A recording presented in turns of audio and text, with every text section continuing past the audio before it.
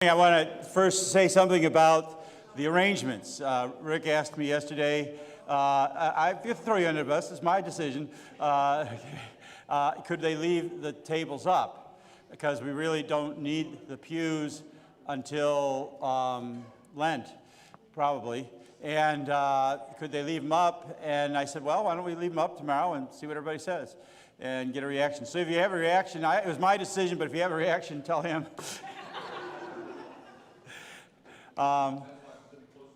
Because it is a lot of work for the crew to come in here and change it all the time back and forth, and we said let's just leave it and see how people react to it, and go from there. And it probably fulfills a wish of Manuel, because I think he asked me 2 years ago, and I kind of hemmed and hawed about it. But now that I'm leaving, I'll make all those decisions. My new mantra is, I don't know, ask Chuck. I don't have to live with the decisions anymore. He does. Please let us know. It makes it easier for the fellowship events and so forth that we do have in here. And anyway, and your coffee. And I don't know where they found all the nice black chairs, but I didn't know we had that many, because that's what I thought we were going to get complaints about, if people had to sit on the metal chairs. But anyway. So that's that, and today we're going to talk about the Israel trip, probably today and next week for sure, and maybe my last Sunday. I've got to find somebody to teach Bible class on the 22nd, because both Pastor Ridley and I have to be in the sanctuary getting our lovely pictures taken with the confirmands. This is a busy, busy month, because I don't know if all of you realize it, but we've completed their instruction so that they could get confirmed before I left. I didn't want the confirmands to have to all of a sudden switch in the middle. And the youngest ones will always have Pastor Ridley with them. And so we finished their instruction so that they could be confirmed on the 22nd, the Sunday before I leave. So anyway, we have six confirmands. And actually it's unique. One of them is a 12th grader. And one of them is a freshman, and then the others are 8th graders. So, and it's because of the times in which people came into the congregation. So they're a great class. I enjoy them. And I know Pastor Ridley and Matt does as well. Well, let's bow our heads in prayer. Father, it's so good to be here. And I thank you for the Israel trip and all that we learned. And Lord, I just pray that you would bless this time that we have today, that we would learn from the land of your people. In Jesus' name we pray, amen. You know, sometimes Israel is called the fifth gospel, the nation, the country of Israel, because in so many ways going there, and until you have this experience, going there turns the Bible from black and white into color. And you begin to see that the things you've been studying happened in real places in the world. What you see behind me is our group, and that is one of two pictures that has the whole group together. I think that was probably the last day we were all together at one spot to get our picture taken, and that's on the Mount of Olives overlooking Jerusalem. The Kidron Valley that you read about in the Bible is in between there and Jerusalem, where you see the gold dome. Someone was asking me about that. It's called the Dome of the Rock. That's a Muslim shrine. It sits right where the temple once sat. In Islam, they say that that's the point where Muhammad ascended into heaven and then came back from heaven, and right there. And so they consider that one of their three holy sites up in the Islamic religion, along with Mecca, and I forget what the other one is, because I am not a student of Islam. But anyway, so that's why that's become such a bone of contention. If Israel would ever want to take over that site, you would have probably the beginning of World War III. That's how contentious that is. I don't know that they would. I'm sure there are certain factions. Our guide, Doran, from We Walk, Doran Buchstein, He's a Jewish fellow who has given lots of tours to Christians, and he's of the opinion that that Herod's temple was an illegitimate temple, that the only temple that's legitimate is if God gave instructions for it to be built, and Herod kind of did that on his own. And but I struggle with that because Jesus did not treat it as an illegitimate temple. Jesus called it my Father's house. So, you know, but it makes me wonder what the school of thought is among the Jews. For instance, if you wondered why in the Jewish Passover meals in their homes they no longer eat lamb as part of their meal, it's because the temple doesn't exist. So because there is no temple, they'll eat chicken or something like that in their Passover meals. So anyway, that's towards the end of the tour, and what you're going to see, because usually how these tours of Israel work is you do a lot of stuff like in the southern part of Israel and along the Mediterranean, and then you go up into Galilee and do a lot of Jesus stuff, and there's a lot of other stuff up there, and then you almost always you end the trip in Jerusalem, because the climax, of course, is the Holy City, and where all of the things of Christianity took place. I'll just give you a little background. Most likely, if what you're looking at when you read in the Samuel, towards the end of Samuel, that King David bought a threshing floor, and he bought it, and the owner wanted just to give it to David as king, and David said, no, basically, what kind of gift would it be to the Lord if it cost me nothing? And so David insisted on paying for the land. That's where the Temple Mount is. That's the property. That's where Solomon built the first temple that was destroyed by the Babylonians. And the other thing you need to know about that site, that is the mount on which Abraham took his son Isaac to offer him because the Lord had commanded him to. So no, over there where the dome is. Over there where the dome is. Okay? It's also called sometimes Mount Zion in the scriptures, so you know where that name comes from. But think about that. Yeah, in Abraham's day, it was known as Mount Moriah. So if any of you are familiar with the song, with the musical Paint on Your Wagon, and they sing Moriah, that's really about this, if you ever didn't know that. Anyway, but the very place where God told Abram to take his son, and then he provided that ram as substitute for his son, for Isaac, that's where God provided the ultimate victim to take our place. That's where Jesus is crucified somewhere on that mount. So understand that that's, kind of the center of the Christian faith. Somewhere in there is the place where Jesus rose from the dead. So anyway, can you go to the next slide? I'm going to try. I don't know how fast we'll get through this. We started out in Tel Aviv. That's Tel Aviv. You probably remember that. That used to be the capital of Israel. In the Bible, it's known as Jaffa. And we're standing where Jaffa was. That's where that picture was taken from. I think this is one of the pictures that Tommy took. But it's looking out over the Mediterranean towards the city of Tel Aviv.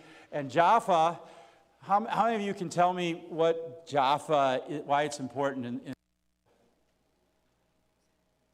It's an extremely important site. Now I'm really making you feel bad. Okay, Jaffa is where Jonah goes to catch a boat to flee from the Lord. Okay? Let me tell you, not this time, but when we were there the first time we ever stopped in Jaffa, it was, I think, our second trip to Israel. It was our last night there, and they had they had a storm on the Mediterranean, where the boat was just the Mediterranean was going crazy, and the wind was blowing to get out, and all I could think of was Jonah in that boat on the Mediterranean, and the storm that came up that night. But anyway, there's one other big event. This is an extremely important site in the New Testament, in the book of Acts. Acts chapter 10, to be exact. This is where Peter was in the house of Simon the tanner, when he was up on his rooftop, and God gave him a vision. He let down all this unclean food, and Peter said, "No, I don't want to eat that." And God said, "Don't you dare call unclean what God has called clean." And then the Gentile came, had sent messengers, and that was the whole point of the vision, that Peter was supposed to go with this Gentile to the home of Cornelius. And we'll talk about that in a second. But that Jaffa, that's where this takes place, that story takes place. Now, I promised that I was going to let you guys who were on the trip, those of you who were on the trip, would you stand up for a second? Hello, you who were on the trip, you're here? Yeah.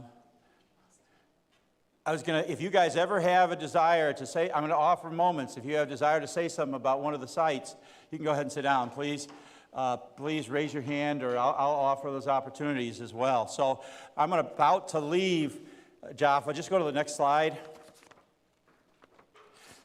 This is still Jaffa. There it is. That's St. Peter's Church. It's the name for St. Peter because this is where he had that meeting with, where he had that vision from God that opens the door, folks, to you all being here. This is why this is extremely important. I don't think there's anybody here who's Jewish. That we're all Gentile, right? Well, this is where God opened the door for the Gentiles to become a part of the faith with the vision to Peter. So think about that. Go to the next slide. And that's I just took I think that's my picture, and this is either mine or Tommy's. That was a guy that was praying right where we were standing. It was really kind of cool while Duran was giving us the lesson. And that's just this beautiful star with the Holy Spirit over the altar in St. Peter's. So to give me the microphone, you can repeat it, but one of the things... Because of the online. One of the things you'll notice, is this on? Is it on? Yes. Now? Okay. He has his head covered, and I found this very interesting. Looking over him, you're looking at the original port, is what they believe to be the original port. But our tour guide was telling us when they have their head covered like that, they are out there praying for the people of the church. So as they have their head covered, that means they're praying for everybody. And I just found that real interesting. And he was there the entire time that we were visiting that site, praying continuously and simultaneously feeding the wild cats as they came up to him. But it was just a neat sight. Anybody else? Thanks, Tommy. Yeah, it's going to go on and off, isn't it? Okay, so then just go ahead and go to the next slide. This is your first experience of Herod. Herod the Great is extremely important to the history of Israel. He is an Idumean, which means he was not Jewish. He was a descendant of Esau. So he's related, but he's a descendant of Jacob's brother, Idumean. And I always think it's interesting that at the time of Jesus, both the most famous son or descendant of Esau and the most famous son or descendant of Jacob were on the earth. And one tried to kill the other. Because the most famous son of Jacob, of course, is Jesus. And Herod would be the most famous son of Esau. This is Caesarea Maritima. Other than Jaffa, there are no natural ports in Israel, even though it's along the Mediterranean. Herod the Great was one of the greatest architects and builders that ever lived. And as you go through Israel, you come across stuff built by Herod all over the place. And he built a man-made harbor. He sunk huge stones into the bed of the Mediterranean that are still out there, way out into the water. You can dive and go find them. They don't know how he did it, what technology he used to do it, but it was Caesarea Maritima was his palace, and this is his hippodrome. How many of you have seen the movie Ben-Hur? Do you know the famous chariot race? That's what a hippodrome was for. That's what this was built for. And this is larger than the one that was in Rome. In fact, I don't know if you realize this, most of Herod's palaces are larger than anything the Caesars had. He was wealthy beyond belief. And the other thing you need to know, I think I've shared this with you in Bible class, Herod paid for things to be built. He did not use slave labor. He paid for the building of everything. And he built a lot of stuff in Israel. But anyway, those are the bleachers for the crowds. And if you think, somebody was telling me they went to Lambeau Field, you know, the holy center of football, and were surprised that there were no chairs. It was all wooden benches. And I wanted to say to him, well, if you think that was uncomfortable, you should have sat and watched this. You know, but a lot of this is because a lot of the marble that covered it all is gone, washed away in storms and everything else. You can, the tide was in the day we were there, but when the tide's out, you can walk along the beach and you'll still find pieces of marble that are very obviously man-hewn washing up on the shore. Linda and I both have a couple of pieces that we brought home from Israel from there. It's, for you biblically, this is where Paul was held in prison. This is where, when he was arrested in Jerusalem for supposedly having brought a Gentile into the most holy part of the temple, which he did not do, they arrested him. But then to keep him safe, because the Jews were plotting to kill him, they moved him the 70 miles from there to here to be held in prison. And this is the place where Paul appealed to Caesar. They were about, and the thing about that is the king was about to let him go. And Paul refused to be let go. He said, well, then I appeal to Caesar. And they didn't have any choice because Paul is a Roman citizen as well as Jew. And a Roman citizen has the right to appeal to the emperor. Did you remember, he said something, Duran said something about how they knew he was a Roman, how he could prove it. And I've forgotten what he said. Does anybody remember?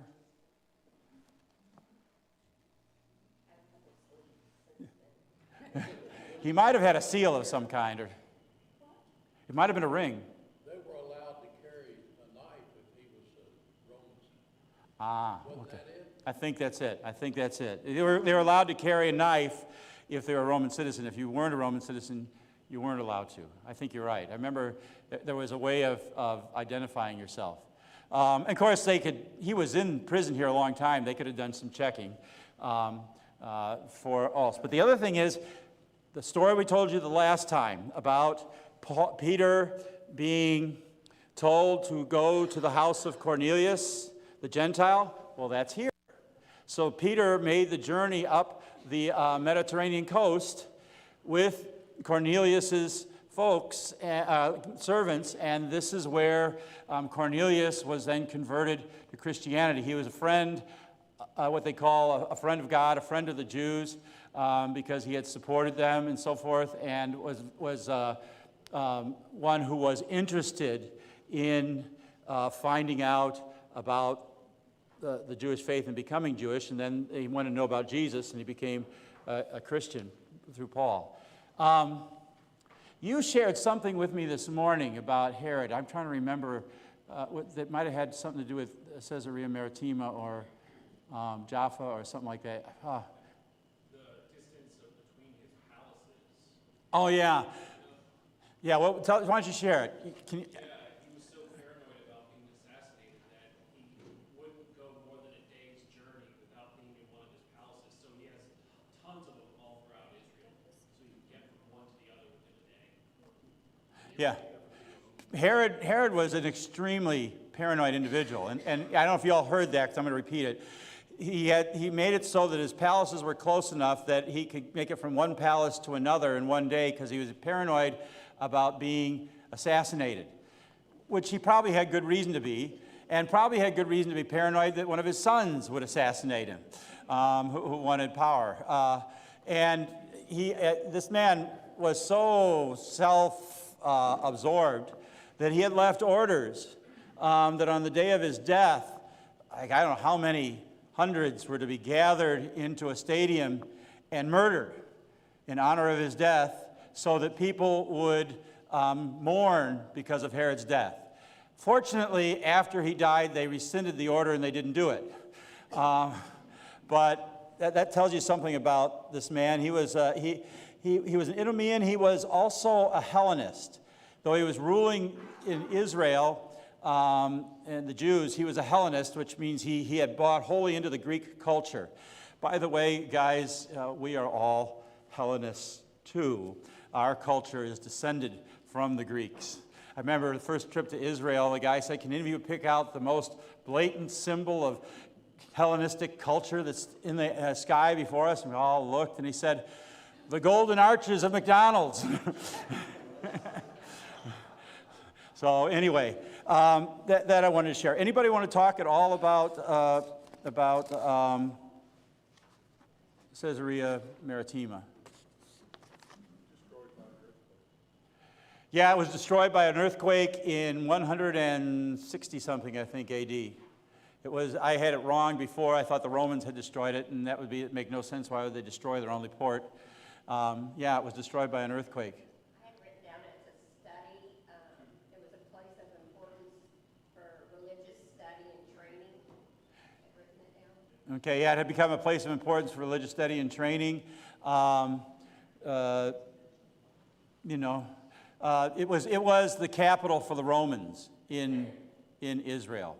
Okay, it's where they garrisoned their legions and so forth. Go to the next slide. I just wanted to show you this. Anybody know what that is on the left? A millstone. If you wanted to see what Jesus is talking about when he says it would be better for him if he have a millstone tied around his neck and thrown into the depths of the ocean, that's what he's talking about. Okay? I think you would sink. Makes the mafia look kind. Okay? Does anybody know what that is next to it? It's a manger. Yeah, you should know, because I told you on Christmas Eve. Oh, it's written on the slide. And I wrote it there. See, this is why I'm retiring. Making sure we can all read. Yeah. It's a manger. You all see, when you picture those wooden things, there is just not a lot of wood in Israel. Okay? There's a lot of stone. And I've told you before that the word that in the Greek that gets translated carpenter can also be translated stonemason. So probably there's a really good chance Joseph was a stonemason, not a carpenter. And if you go, these guys weren't on this part. The first tour that I took was a walking tour. And when we got to Nazareth, he said, that's Nazareth. And we got off and we walked about 3 miles across this prairie. They got permission from all the owners for us to walk across. And halfway to where we were going, which was a house of one of Herod's sons, the palace of one of Herod's sons, there's this stone quarry. And they've shown that the rock in that quarry is used in the palace of this Herod, I think Herod Antipas, and it's right on the way, and there's a good chance, because Herod would have hired all the area workers from around the area to come and build his palace, there's a good chance that Jesus and Joseph walked that route, got stone from the quarry, and took it to build Herod's palace. But anyway, I wanted you to see what a manger looks like. Go ahead. You want to? I'm going to let you turn this. Mike. Come on in, guys. There's some room up here, guys. I had more construction things that I wanted to look at when I was there. So interesting facts about this area is the majority of the stone that was here, and the reason he needed the ports was to import all this stone. A lot of that stone was not from that area. The marble especially. Yeah, the marble especially. And then as far as making the port that he made, they had invented a compound that you could put the rocks together underwater, and it would adhere and it would seal so that they could mortar underwater with these rocks. I found these, again, like I said, construction facts that I found very interesting on this. I don't know if he has it on the sheet, but he also built an aqueduct from Mount Carmel area all the way to there, so they would have fresh water coming in, and then he had pools on the outside. So the metric tons of rock that were brought in were just simply fantastic or amazing, you know, how he got them there. And then the other thing that was interesting to me, we don't have a picture of it, but they would leave a stone foot when the Romans came in. They would leave a large, huge stone foot saying, "My footprint's here. I've been here. Stay away." The Romans are in charge. Yeah, the Romans are in charge of this, and that was their symbol. Get out of here. Go away. I just wanted to share those little fun facts. Okay. Go to the next slide, and then change Mike's again. This is an extremely important artifact. I don't know if you can read it. It's in Hebrew. No, it's not. It's in Greek. It says Pilatus. Why is that important? Pilate. There were always scholars that doubted his existence. And this is a stone they found in Caesarea Maritima with his name on it as the governor of Israel, of the Roman governor of the Palestine. So I just wanted you to see that, because if you look closely, you can see Pilatus, that's Greek. And one of the reasons that's also important, do you know why it says in the Apostles' Creed, he suffered under Pontius Pilate? That Pontius Pilate is added because it places Jesus in a historical context. It says this happened in history because Pontius Pilate is a historical figure. So it's not, again, you know, when C.S. Lewis was trying to, before he became a Christian, was trying to prove that Christianity was a myth, one of the reasons that he couldn't do it is that the Bible does not read like a myth, because it includes these kinds of details. You can verify things, you know, and it doesn't, you know, all that kind of stuff. So it's one of the things he kept running into, and that's when Tolkien told C.S. Lewis, "Did you ever think that perhaps the Bible is a myth that just happens to be true?" And of course, that made a big difference in C.S. Lewis's life. Go to the next one. This is what Tommy was talking about. This is the aqueduct that they built to bring water down to Caesarea Maritima. Pilate and most of the Roman governors had a really hard time governing the Jews, because the Jews, you know, I think I've shared with you before, they're monotheistic. And monotheistic, they don't believe there's only one God, okay? They're monotheistic, and the Romans were not. And one of the ways in which the Romans assimilated the various nations was that they would simply take the god of that nation and assimilate it into its pantheon. Well, you couldn't do that with the Jews, because they were at that time, the only monotheistic religion in the world. And as far as they were concerned, there was only one God, their God, and all the other gods were false.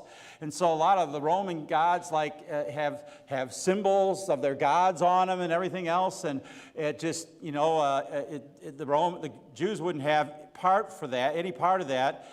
And so Pilate had this scheme to make the Jews like him.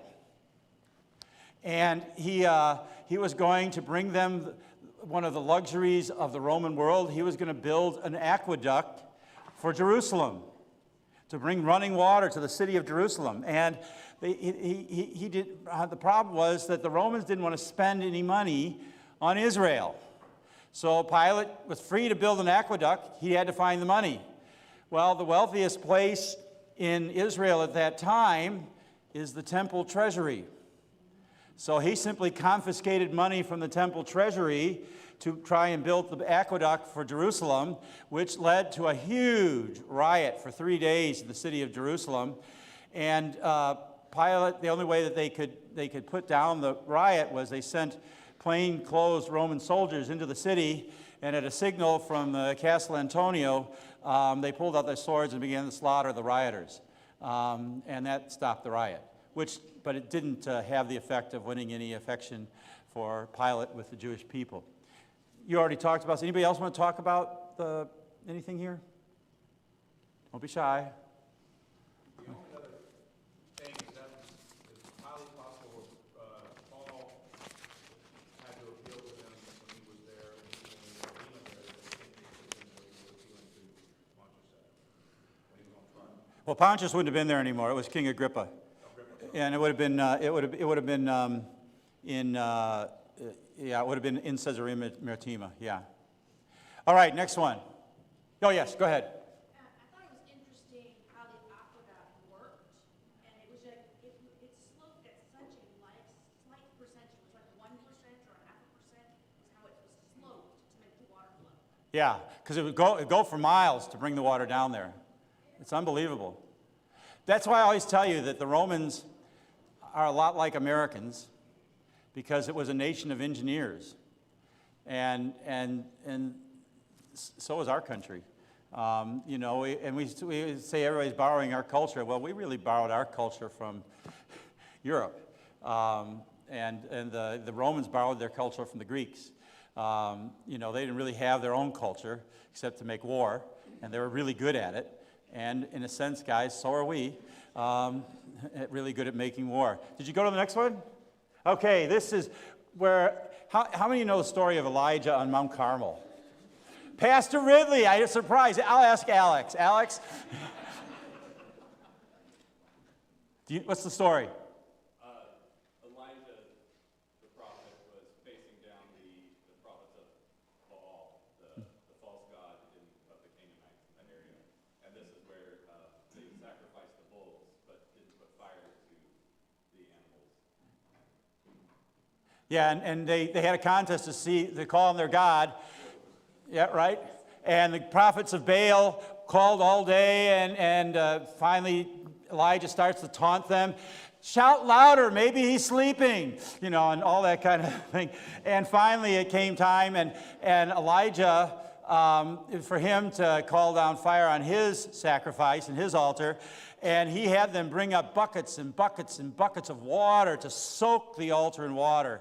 And then he called on the Lord, and, I can still see Pastor Miles preaching that sermon. It consumed the sacrifice, and then Elijah went and slaughtered all the prophets of Baal that Queen Jezebel had them all put to death, and hundreds of them, and put to death. And then Queen Jezebel, Ahab's wife, who had brought all those prophets, was kind of angry. And she went after him, and he ran and ran and ran. And this also leads to when Elijah is in the desert and he's depressed. It's right after his great victory. He's got this letdown. He's depressed. And God says, what is wrong with you? And he says, well, I'm the only one left. And and no one's on my side. I'm the only one of your people left, and he's feeling sorry for himself. And God gives him that, has him, speaks in a loud roar and fire and all that other stuff, and then the still small whisper, and then he's still depressed. And finally, he says, God says, there are 5,000 left in Israel who have not bowed the knee to Baal. Just get up and get to work. I want you to go find Elisha and consecrate him and do this and that and the other thing, and then your time will be done, basically. So this is a central story because, Elijah and Elisha are huge prophets in the Old Testament, but they're not prophets that wrote books. Okay? Their story is told to us by others. But anyway, this is on that mount. Go to the next one. I want to show you. Tommy, I'm going to let you tell the story of this. Because this is Tommy's picture. Every time I read this story about Elijah up on the mountain, first of all, the buckets of water to get up there. The water's at the bottom of the hill. Okay, this was no easy task to get all that water up there. But at the end of this deal, whenever he goes ahead and he assassinates all of these false prophets, it says, and he built an altar. Okay? And that's always kind of puzzled me. And it says, and it still stands there today. This is written in the Bible. He built an altar, and it still stands there today. This is in an intersection of 3 freeways. The way it works when you're in Israel, if you're going to build anything, you first have to do some sort of, I don't know if it's a seismograph or some sort of picture of underground what's around. Once you do that, then it's determined we can build on this, but we got to leave it where we can excavate it later, or we can build on it, it's not that big of a historical fact, so on and so forth. So this was where they were building a highway, and the 3 highways intersected at this spot. Well, they had to relocate them because as they were doing this seismograph or whatever it was, they found this altar and they exposed it. Now, the only way for me to get a picture was from the top of Mount Carmel, so that's the reason it's kind of fuzzy, and I had to zoom in as far as I could get to get it. But it just amazed me that that altar that he put there is still there to this day, as the Bible says. And they found it, 4 years ago, maybe 5 years ago is when they finally found this. Down there because they have to take time before they let people get in. Like some of you saw on the news that the pool of Siloam is about to open. Well, when I was there 11 years ago, they had just found it.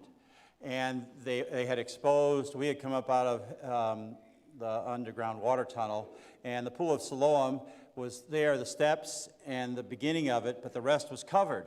And our guide at that time said that's because they're having a land dispute over the rest of it, and so they haven't allowed it to be uncovered.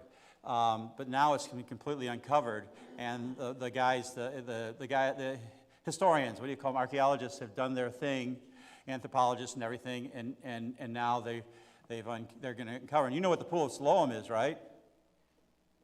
The man who said he could never get into the water when it was stirred because there was no one to carry him, and Jesus healed him there at the pool. And also the living water ceremony that's part of the Feast of Tabernacles. The pool of Siloam there's steps and the steps are still there, that would come down from the temple that the priests would take to get the water, living water, to take back up for the living water ceremony. So it's still there.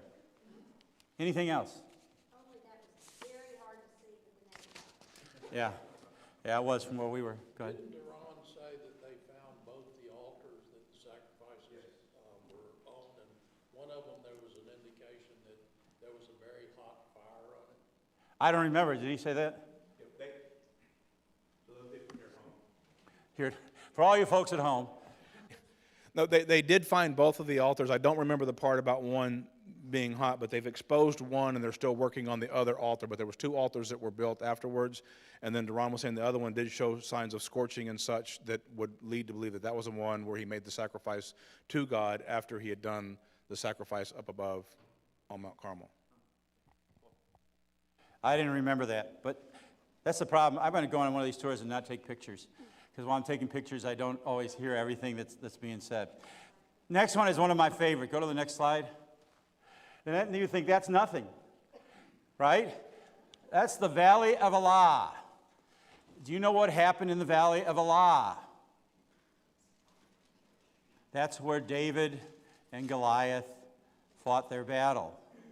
And I'm going to go to the next slide. You guys didn't see this. I got this in my first trip. Found this in a creek bed in the Valley of Elah, a smooth stone. That's about the, if you wonder why a little stone killed Goliath, well, it wasn't no little stone, okay?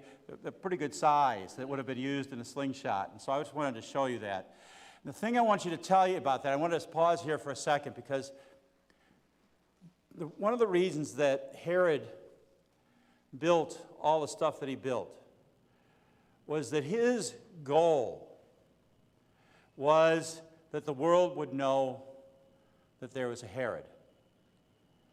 He was big on himself.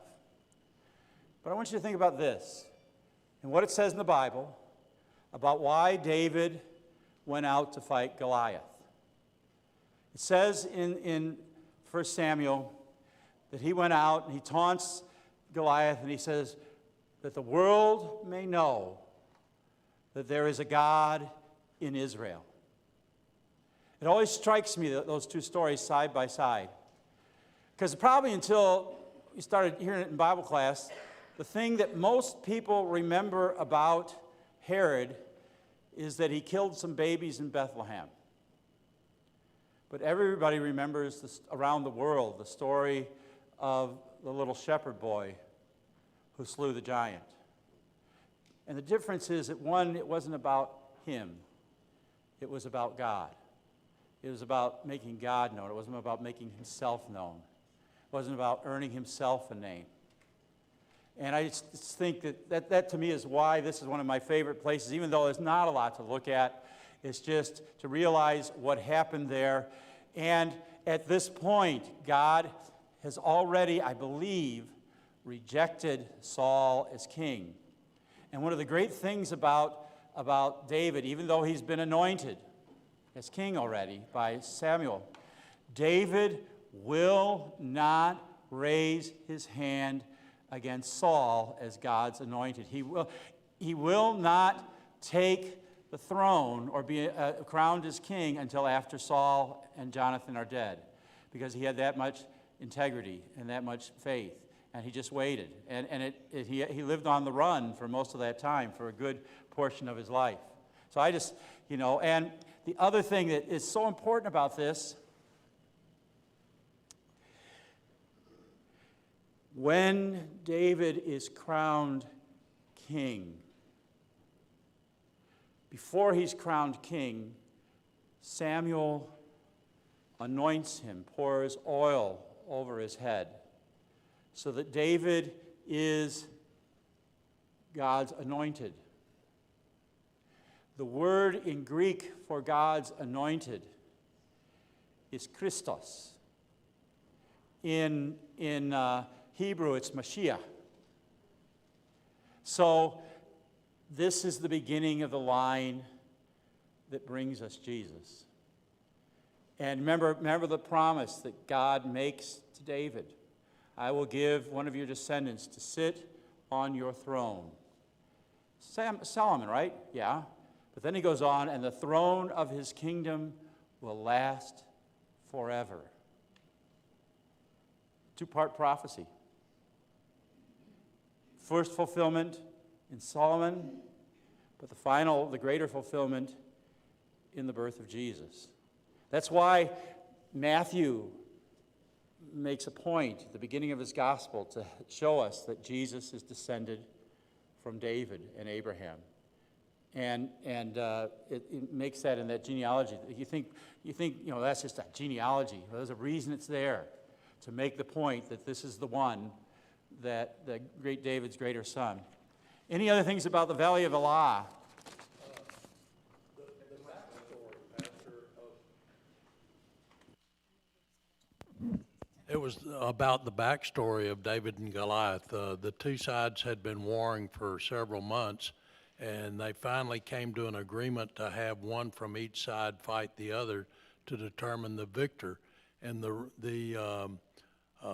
Jerusalem was on a hill, and the Philistines could not get their army up the mountain because their chariots were covered in iron for protection, and it was very rocky going up the mountain towards Jerusalem.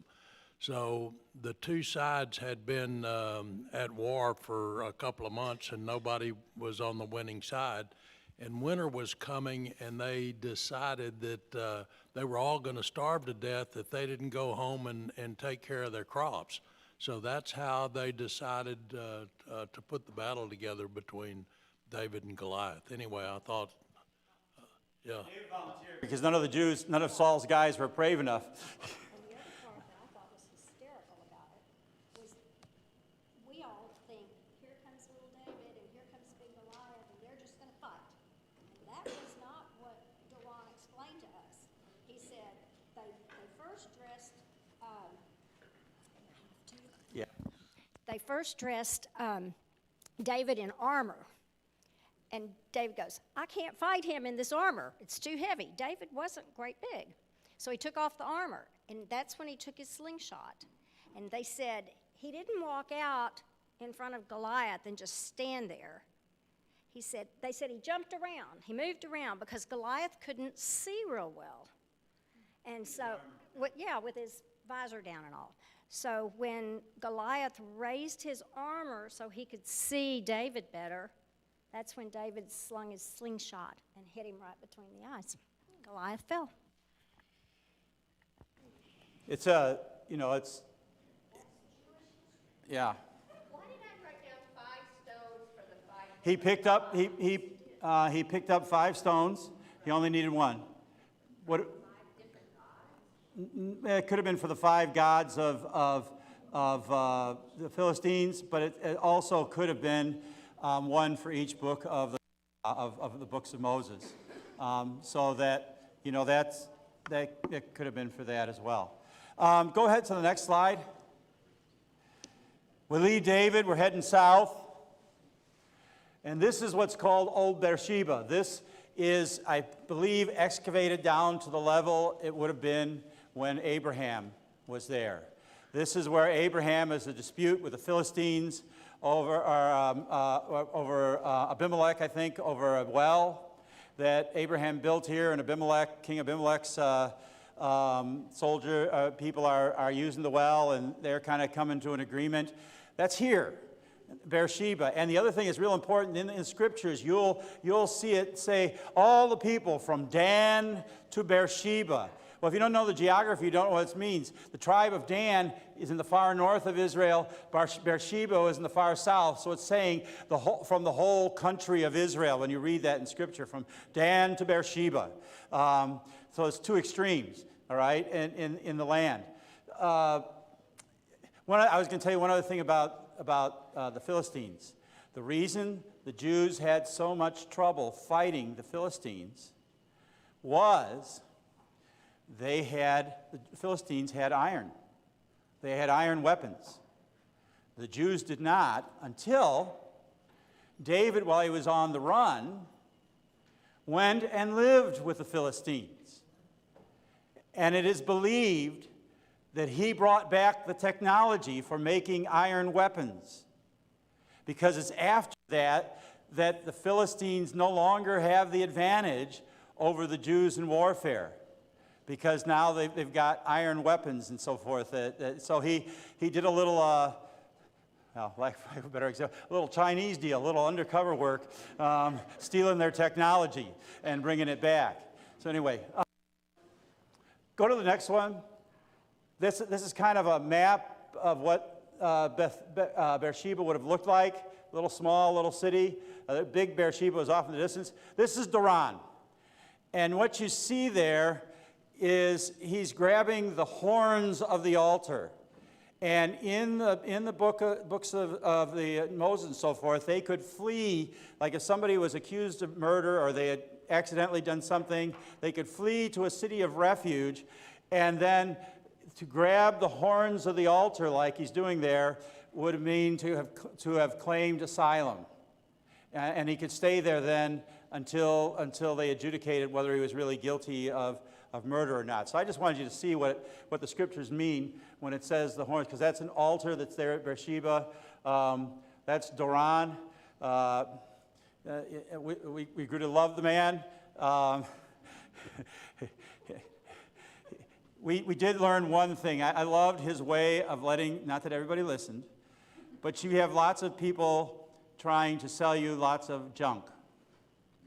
And so Duran told us at the beginning of the trip, if I'm standing next to you trying to sell you something and I say, oh, that's unbelievable, don't buy it. He was trying not to insult them, but the only time he ever said that something didn't say it was unbelievable was in Bethlehem. Because the rest of Linda asked him once when we were in Jordan, are these real Jordanian scarves? He says, as long as you don't mind that they're made in China. So anyway, go to the next slide. Go to the next one, please. This is a cistern? Was that right? Cistern. Down into, we walked down, not everybody did because it was a long way down, into the cistern. Fresh water system there that they had in Beersheba. And what you see on the next, they coated it with some kind of stuff to keep the water. And if you see the lines there, those are the remains of the hands that 2,000 years ago put that stuff on the wall. So you're looking, Stucco, you're looking at, No, it's that. It's people's hands. right on the right. Yeah. So those fingerprints, those hand marks are a couple thousand years old. 3,000 probably, if it's the time of Abraham. Go to the next one, please. Now this was, I'm going to run through these real quick because they don't really have a lot to do with our biblical tour. But we took a tour to Jordan for a day or so, and this is Wadi Ram, which is way out in the middle of the Jordanian desert. Go ahead to the next one. I wanted you to show this one. That's also one of the pictures where we're all together. I believe it's a Turkish train, right? And I heard somebody say that they think it may have been the train that's used in the movie Lawrence of Arabia. Because this is where that all would have taken place, in this area. Those are the tents we lived in. Some people liked them, some people didn't. And you had a sort of a love-hate relationship with those things, depending on whether the air conditioning was working on inside. Go to the next one. And that's the straw that broke the camel's back. I had to put that up there. But on the wall there is some drawings that ancient people drew of camels and so forth. They were traders. Traders, yeah, people that lived in the area. Go to the next one. Now, you got two pictures here side by side. All of you know Indiana Jones and the Last Crusade, right? Where he finds the Holy Grail, right? Well, there's the scene from it, right? That's the one that everybody knows about, that place. This is the path that goes up to it, right next to it. I wanted to tell you this part because I read an article, and I don't know how well researched it is or not recently. This originally was populated by the Idumeans, Herod's people. But at the time of Jesus, I can forget the name of the group. Do you remember? Area of Edom. Yeah, area of Edom. But they originally populated this area, but there's a trading group, huh? The Nabateans that did trade. And I read an article since I've been back conjecturing that perhaps the Magi came from here, not from Iraq. And it was interesting. I don't know how you'd prove that biblically on either way because there's no mention of exactly where they came from. Yeah, but it's possible because they were traders. They would have had these things, gold and frankincense and myrrh and so forth. They were, and all their buildings, I know, we got time. All their buildings are facades.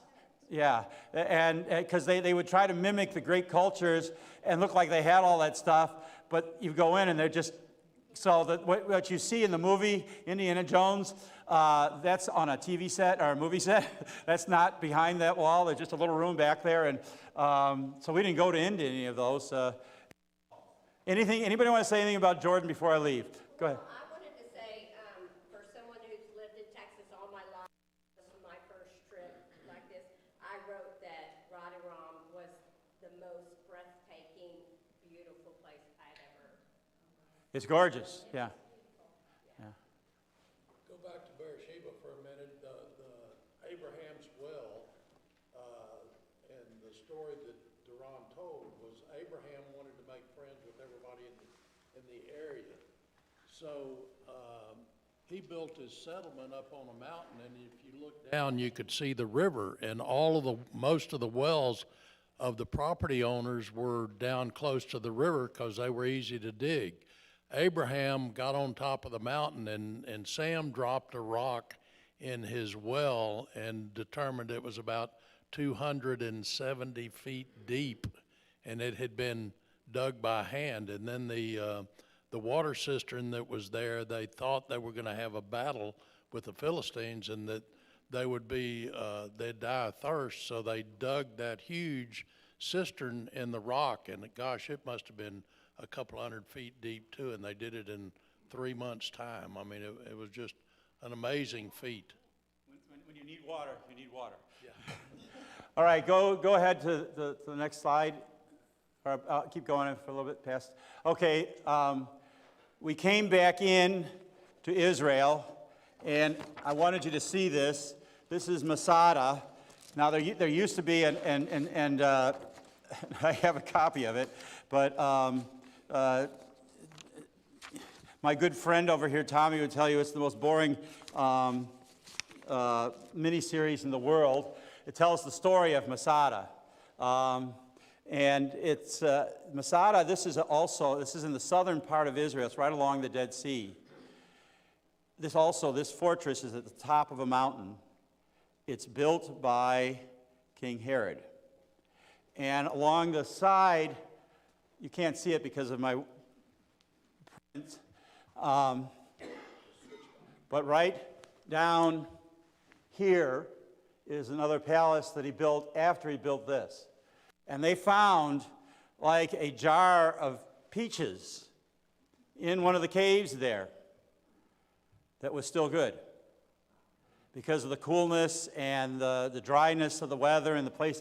These guys didn't see it, but built into the bottom of that are huge cisterns. I walked down into one of them one time, and they're just absolutely huge, and they have that plaster on the side.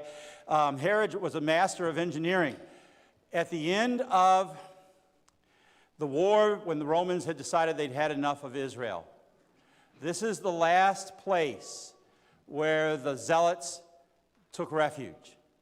And they were on top of this mountain. I don't know how many, and the Romans couldn't get up. And they had enough water to last them 30, 40 years up there.